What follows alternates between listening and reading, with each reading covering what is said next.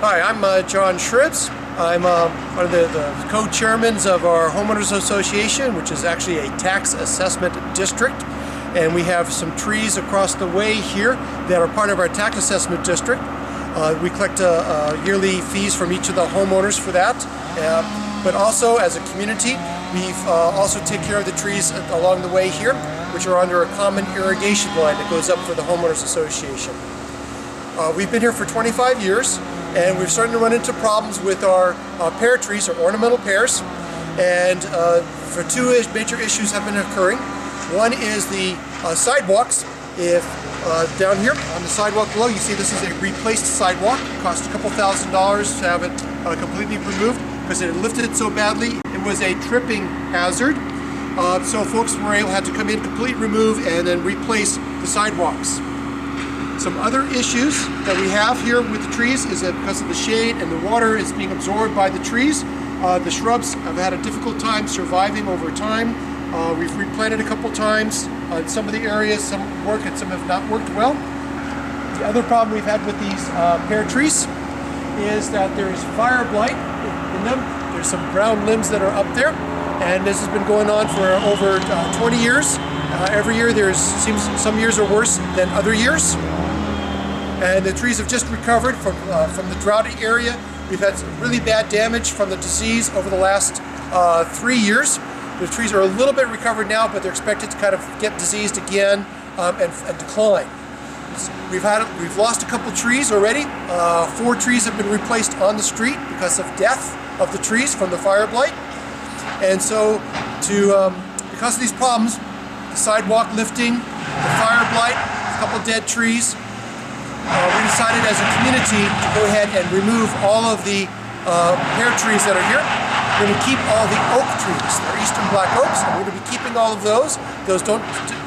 They are not as severe for the lifting of the sidewalks, but as a community we came together and decided to go ahead and remove all of the trees and replant in a single species for the community to be more similar, rather than everybody have their own trees.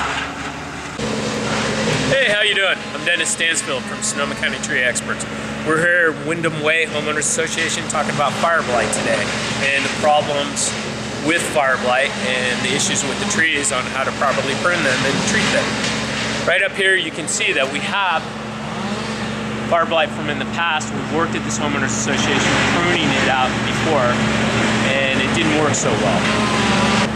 So one of the ways of identifying fire blight in a tree is major dieback. This particular tree has been pruned out twice before. Fire blight's still in the tree.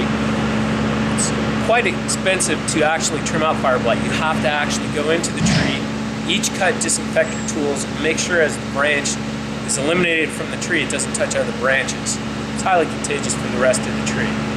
On this particular branch, you can see the dieback as it goes down further in the stem, so you can see the swelling, but yet one side of the vascular system in the tree is still alive, so we still have green foliage here.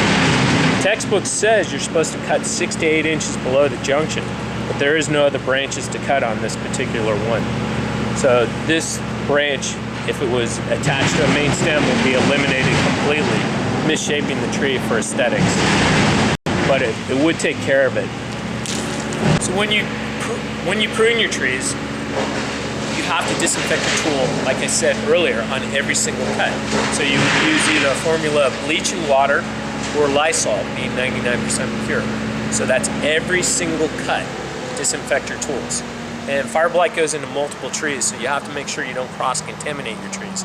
So if you're pruning out certain fruit trees and you have street trees, you want to make sure everything is clean, all your tools. Make sure you eliminate this. Put it in the recycling can. Get rid of this. Get it off your property. So every single cut you've got to disinfect so you don't spread the disease to other limbs. Correct. And how does this disease spread in the tree? It can be spread during wet winter months by abundance of rain at bud break. It can be spread during pollination, during bees cross-pollinating the tree.